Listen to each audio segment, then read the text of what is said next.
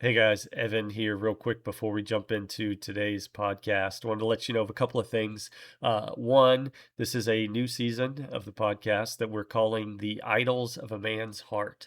Our hope is to just kind of explore some of the things that we have noticed are capturing the attention and the affection of men in the modern world, and how we can begin to break free of some of those and put the good gifts of God in their proper place and lead the kind of life where Christ comes first. So y'all follow along. Let us know how you're enjoying it. But second, I wanted to let the guys in the UK know that on the 12th of September, we have an event that will be going on, and I'd love to see you there. It's going to be hosted at Holyrood Evangelical Church. It's just a morning training, so not even the full day, just the morning. We'll have coffee and snacks for you. It's a free event, but our hope is to gather the men there in at the Edinburgh area and just spend the day together, being able to get some training on going from a disciple to a disciple maker. Also, just getting encouragement from one another as brothers in Christ, and it'll be an opportunity for you also to get some free resources that we've got at Cross Training, including we've got a new spiritual growth challenge that we are going to be releasing, and so you'll get a free copy of that. But I'll leave a link in the show notes. That way you can click it and go and register. Let us know you'll be there. I'll be there. Look forward to seeing you there. So hope that you will join us. But let's get started with the podcast.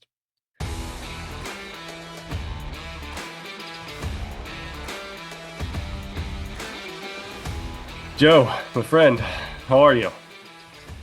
Doing well, doing well.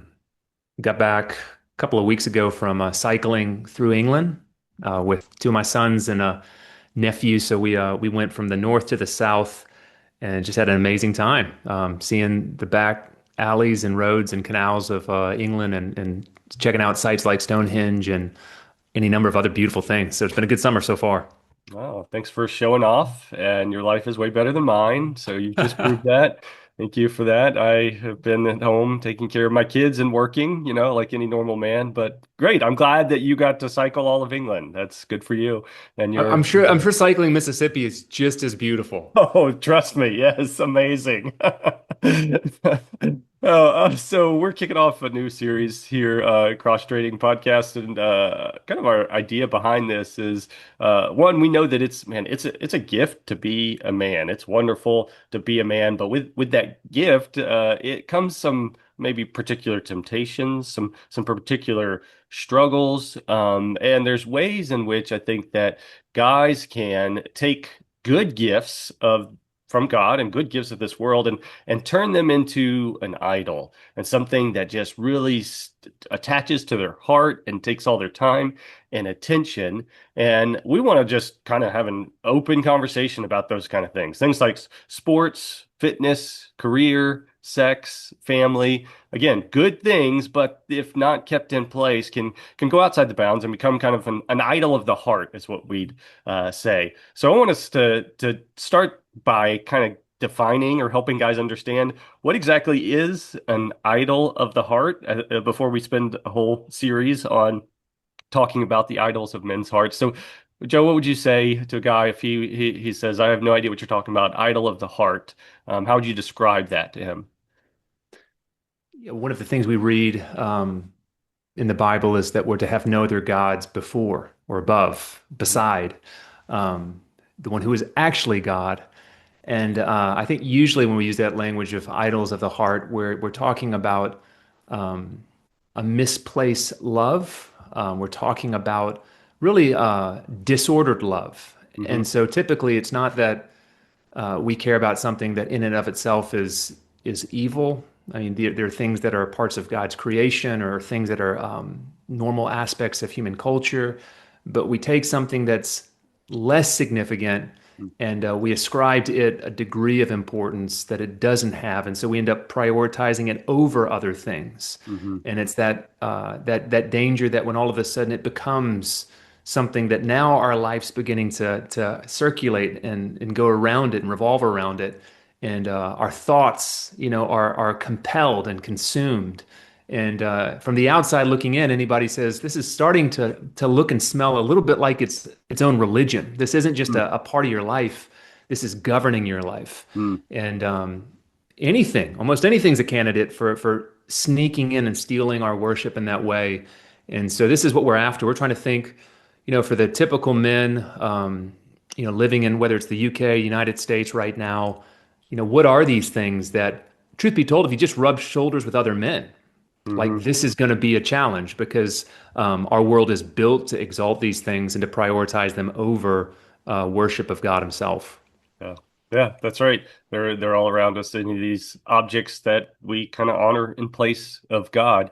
So the one I want to start with for this series is sports. All right. This is especially timely, at least for when we're recording this. We're recording this just after the World Cup.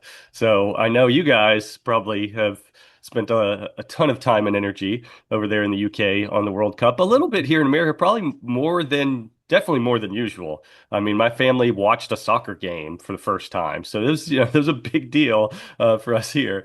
But let's talk about sports and why men obsess over sports and how this can become an idol of a man's heart and maybe how we would coach them free of this. But let's just start with how would you describe kind of the ordinary Christian man's relationship with sports? What's your relationship with sports? Yeah, I mean, for me, this is really personal because without any intent, if I look back to growing up, like what's kind of the first thing that just grabbed hold of my heart, you Mhm. know, in the way that it really did just consume. Describes our affections or my emotions, and I think, Mhm. man, it was sport. Like from, um, I can remember as a child, like the one part of the newspapers back in the days we had a newspaper sometimes. I'd read the sports section, and I could tell you like every player, on almost every team in the NBA and the NFL, Major League Baseball. Um, you look at my walls, I had posters, I had sayings. If you could look into my daydreaming, it was, fantasies of, scoring the touchdown or, dunking the basketball.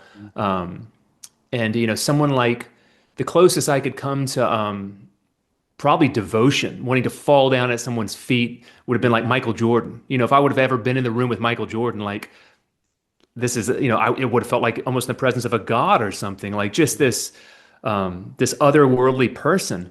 And so, really, from my earliest memories, I was kind of consumed. It's what I wanted to do with my time. It's what if I could ask anything, if I had a wish and a genie, oh, I want to excel at sports.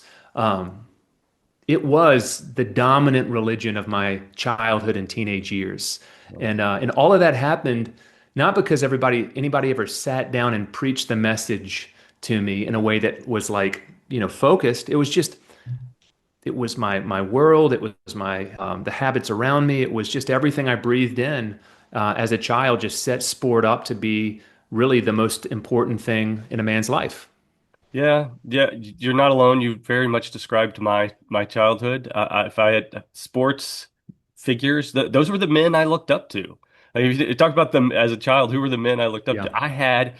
Joe, I didn't just have posters. I had life-size posters. I grew up in the Dallas, Texas area. I had life-size posters of Nolan Ryan, Troy Aikman, Jason Kidd. I mean, that was my room. Just these yeah, sports figures that these were the men that I literally looked up to. And yes, it was what I dreamed. I dreamed about being in the NBA, playing basketball professionally. That's what I wanted to do with my life.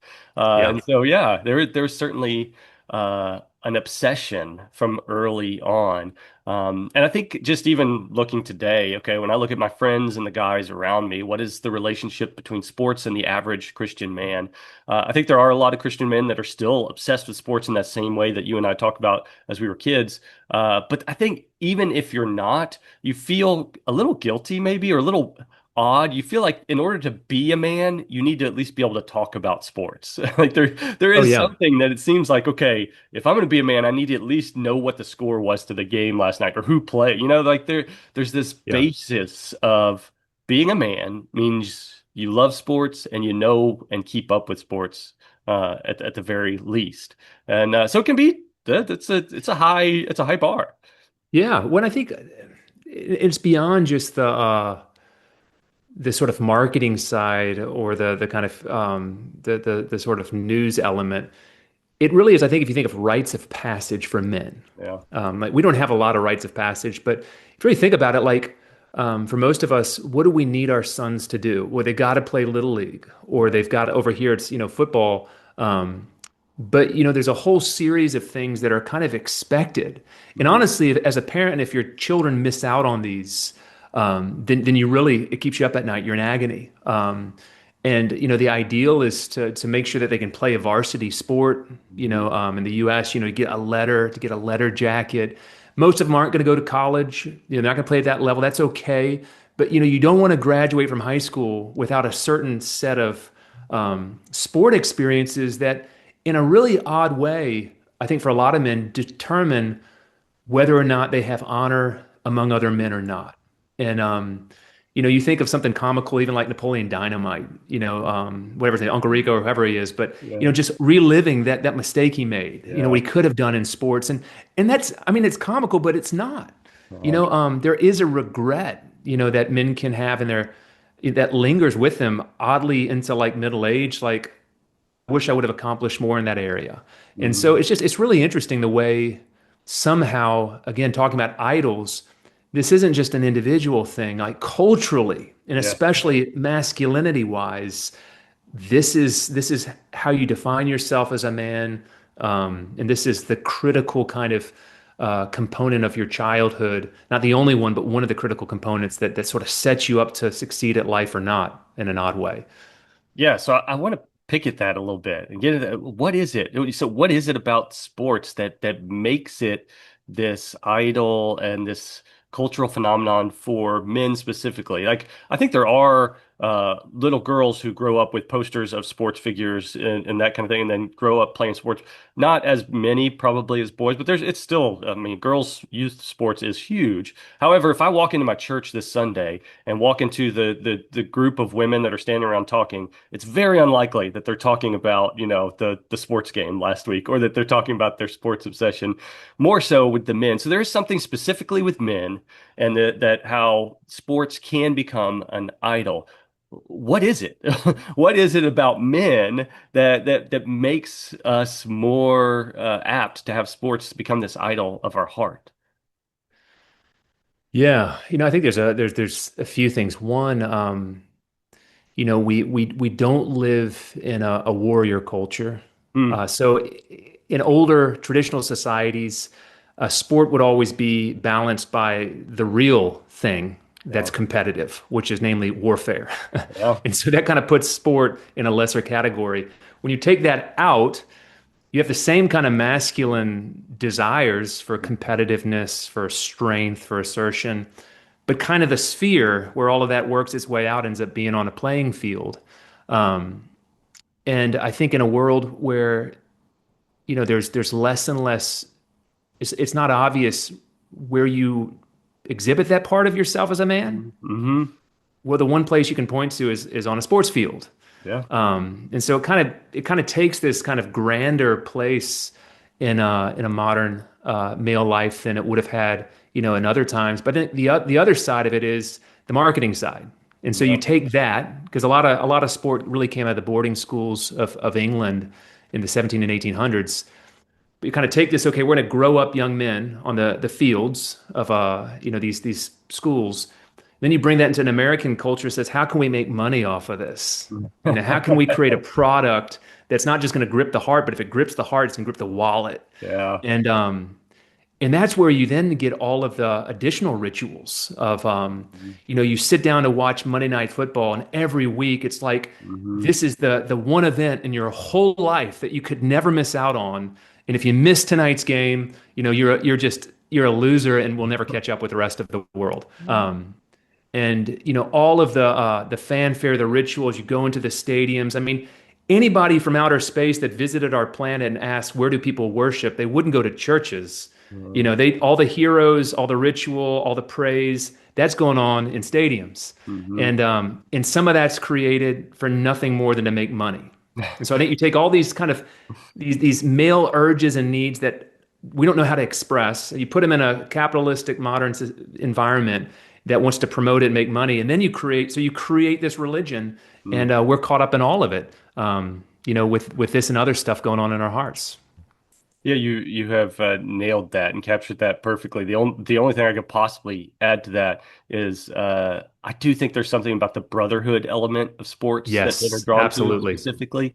I mean, we say the same thing anytime you and I host a conference for men. We walk away saying the same thing. The best part of it, the thing that men were most drawn to, is the fact that they were around other men for a whole weekend. Like that, men love that. There's something in the heart of a man. There's something about the design of a man. They were designed for brotherhood to be together, be encouraged.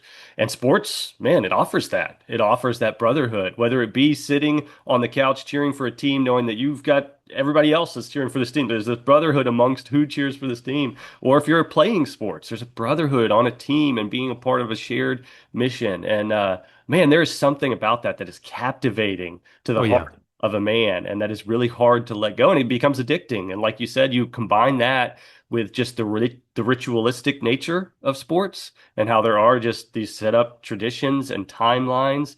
Man, sports can set your whole calendar for your whole brotherhood for the year. It's very, Oh very yeah. easy to do. Very easy to do. Let's talk about a little bit of the difference between like sports obsession for men now and in history, and how is it changing? How has sports changed throughout your lifetime and man's relationship for sports, and maybe how do we see it changing in the future? So I don't know. What are your thoughts on like how is this getting different, better or worse, as far as men's hearts being attracted and making this an idol when it comes to sports? I mean, some stuff hasn't changed. I mean, uh, there's a way in which we love as human beings to be a part of a collective unit praising something. This is the picture of Yeah. revelation, and so to be in a stadium and everybody cheering on something Yeah. with a bit of drama, that hasn't changed. Um, I think the side of sport that's just kind of on the consumer spectating end. I think this continues to change. I think there would have been a lot more amateur sport in the past, a lot more opportunity to play in community with other men beyond your teens and 20s. And I think there's still a little bit more of that in the UK than there is, I think, in the US. Increasingly, I think we find ourselves again behind a screen Yes. viewing. Again, that's Yeah. that's been going on for a while, but that's continuing. Then the other is the video game aspect. Yeah. So now um, I can inhabit my favorite player virtually, and I can have the thrill of playing basketball, but I'm not even using my body, and I'm not with an actual team. Hmm. And I mean, how many guys invest tens of thousands of hours virtual, sports gaming instead of actually playing the game? And so I think that whole world, again, that's new, but it's feeding off the same thing, same competitive desires, same desire to be a part of something and win something. But again, it's all virtual. Yeah. Yeah, I do think it's in my opinion, some of the sports has become more childlike over time. I think we've taken that, yes, that core instinct of that warrior mindset, competitiveness and stuff like that, and it's just been reduced down to screens at this point. Yeah. And it's so a lot, if you look at sports obsession these days, what's the most obsessive sport thing that guys do? It's sports betting. It's again Yeah. something they do on their phone, a screen. It's an addiction. A lot of sports obsession comes down to free and easy access. Yeah. It's made so readily available through our phones, through the TV screens and things like that, that core competitive nature that guys had that was meant to be uh, embodied and put out there, it has been just put on fantasy sports. Again, Yeah. everything's just very childlike these days. It's video games, fantasy sports, it's sports betting. This is just, it's all done through a screen without anyone near you, without any embodied brotherhood. And I fear that we're going to continue in that direction, but I hope that yeah, we can kind of reclaim some of those core manly desires and the brotherhood elements and the competitiveness and put it back into its proper place. But this is yeah, I think that's kind of where we're at with sports and kind of the history of how it's been going. But I want to let's try to help a guy in particular right now. let's do a little role playing, all right? Because this is real, all right? We have friends that actually have sports as an idol of their heart. So I want to introduce you to my friend Steve, all right? We're gonna call him Steve. Uh, Steve is obsessed with sports, Joe. All right, he's truly obsessed, but he doesn't know it. He doesn't know that it's become an idol of his heart. He goes to church every Sunday. He goes to his small group with his church. He's active in his church. He's a good Christian man. But sports is, if I look at his life, it's all consuming. But he hasn't realized it yet. So let's take that first step. Help Steve take that first step. How do we help him discern whether sports has become an idol of his heart or not? What do you do as a friend to help him take that step? Yeah. I think there's always patterns of addictive behavior um, that can apply to anything. And I think when you're having addictive behavior, you're not free. Yeah. That the thoughts are compulsive. You start getting a nervous tick if you can't, um, engage in whatever script or whatever the behavior is. And I think it's really obvious to anybody but the individual. Yeah. If there's a certain amount of time, if there's a certain amount of attention, if it's what you always go to when you have free minutes. If you're on your phone or late at night, you're watching. It's a little bit of just a life audit. And when you look at something, it's like your money. If you look at how you're spending your money, it should reflect a budget of values. Hmm. And if something small is now taking up a large chunk of your income, that's a problem. And at the end of the day, for men, especially grown men, we don't have enough time. We don't have enough attention to invest too much in sports. And it's okay to have a small budget, but Yeah. none of us has enough to have a big budget for this Yeah. because it's going to squeeze something out. And I mean, this sounds impossible, I think, to a lot of men, but if you actually are investing more in sport than in God, Yeah. I mean, let's just be honest, just straight up numbers, more time, than devotion and worship and service, more thought than prayer. It's out of proportion. God has to have more of us than sport, and if he doesn't, there's an idol. Yeah. Yeah. I love that idea of a life audit, as you put it. That's yeah, helping my friend. If I could go to my friend Steve and, hey, man, let's look at your time and treasure. Where are you spending your time? Where are you spending your treasure? Is it in the right places? So sports can be part of that, but it can't be the overwhelming majority of that, because now we're creeping into, okay, this has become an object of worship and desire for you. Okay, so how do you coach this guy? What do you tell him to do? We got this guy Steve who's obsessed with sports. It's become an idol in his heart, but he doesn't want it there. He wants to move on. How do we coach him out of this? Yeah, I think it's interesting. I think the typical Christian response is it's a heart issue, so deal with the heart. No, And it is a hard issue. And ultimately, there's that famous sermon by actually a Scottish pastor, but the of course. compulsive power of a new affection, Mm, Thomas Chalmers. Now that is the goal. That is like the trump card. I think what's really interesting, Paul in Romans 8:13 talks about putting to death the deeds of the body. yeah. That's unexpected. And I think sometimes you have to start there. Like you can't just change your heart, but you can stop doing things. And that's where I think often Steve may need to begin is deciding to turn off the television and not watch some games.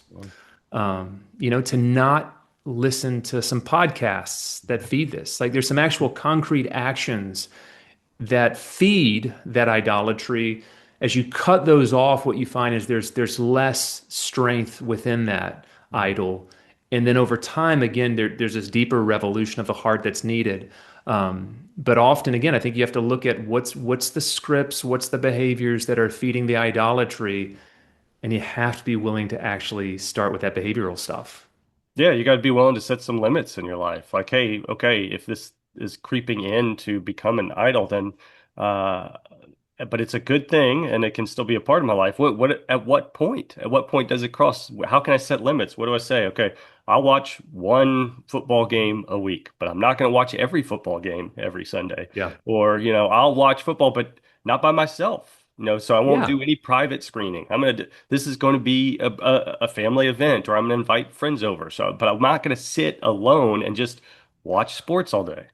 And even better, I'm going to play football, not watch football. Look at that. Yes, yes. I'm going to join a flag football team, you know? Yes, play more sports than you consume. Yeah. That's a good limit or threshold to set on your life. Like I know that I'm apt to want to sit and consume sports or play fantasy sports, but I want to get outside and actually play more sports with men, friends. These are healthy behaviors Yeah. that can also guard you from it becoming an idol. And obviously every situation is going to look a little different. But yes, I would encourage and coach that man to man, you got to set some limits and some thresholds in your life because everything's just going to creep in. The outside world, they're good at advertising, promoting, and making all of this free and easy access. You don't have the willpower on your own.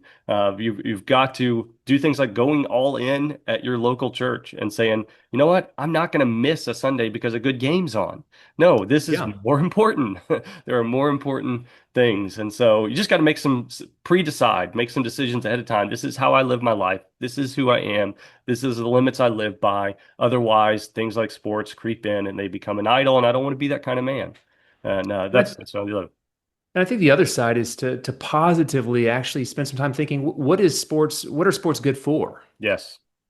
And at its best, two things come to mind. And this goes back, like if you think of how games like soccer and rugby, and they're the kind of from which a lot of more has come.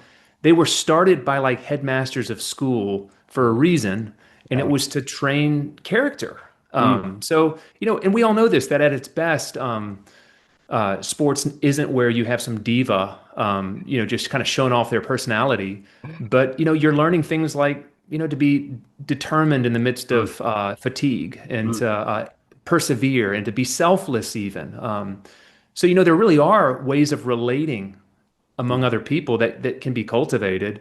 But the other big thing is just to be a part of a team, like Yes. literally that dynamic, that joy that comes from working together for a shared purpose. And hey, add some opposition, and that makes it all the more fun. Mhm. Um, but that's what sport. It's really not good for much beyond that, So if we're going to invest as men, let's be honest, tens of thousands of hours, Yeah.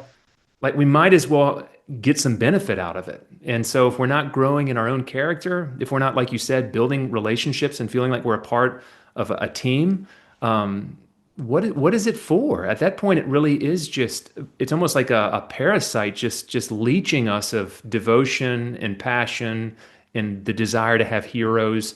All of that could be better invested elsewhere. Hmm. Yeah. So to kind of close this out here, from what Joe is saying, I want guys to hear clear. We're pro sports, guys. All right. We're not trying to Yeah. tell you, we're not trying to tell you sports are terrible and that you need to never be involved in, the good Christian man has no sports in part of his life. That's not what we're saying. There is a room for sports to be in a Christian man's life. But we got to put it in perspective. What is your life all about? What are you achieving with your life? What are you setting out to do? Who are you setting out to become? And who are you training alongside you? And how does sports play into that? It's maybe a small piece, but it certainly isn't all of it. Well, And and it's not just about you, it's about your kids. yes.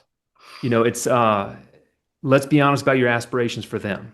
Hmm. And let's be honest where your the majority of your energy is poured into them. Now, again, we're pro sport. Nothing's more beautiful than seeing a dad coaching his little leagues, Yeah. his son in little league. I mean, that's a great investment. But let's also be honest, how much sacrifice we make, Hmm.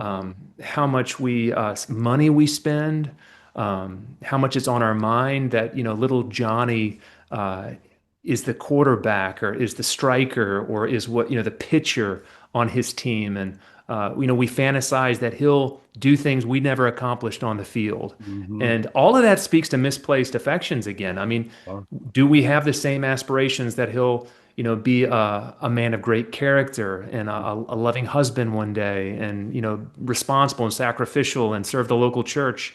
We don't daydream about that stuff. And Well, so it's not just our own idol, but it's our family idols. This is the worship we're passing on often to our children. And that's even an uglier thought to think of them then defining themselves by how they perform on the sports pitch before their dad. Yeah.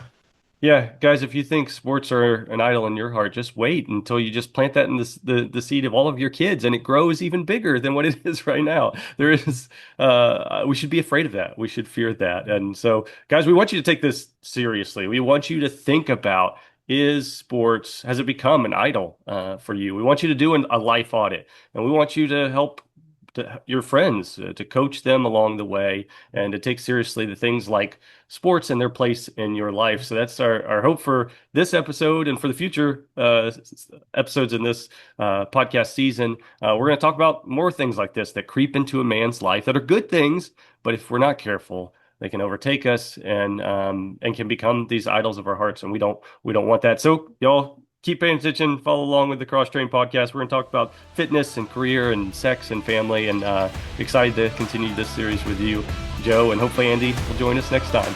But guys, thanks for listening to the Cross Training Ministry podcast.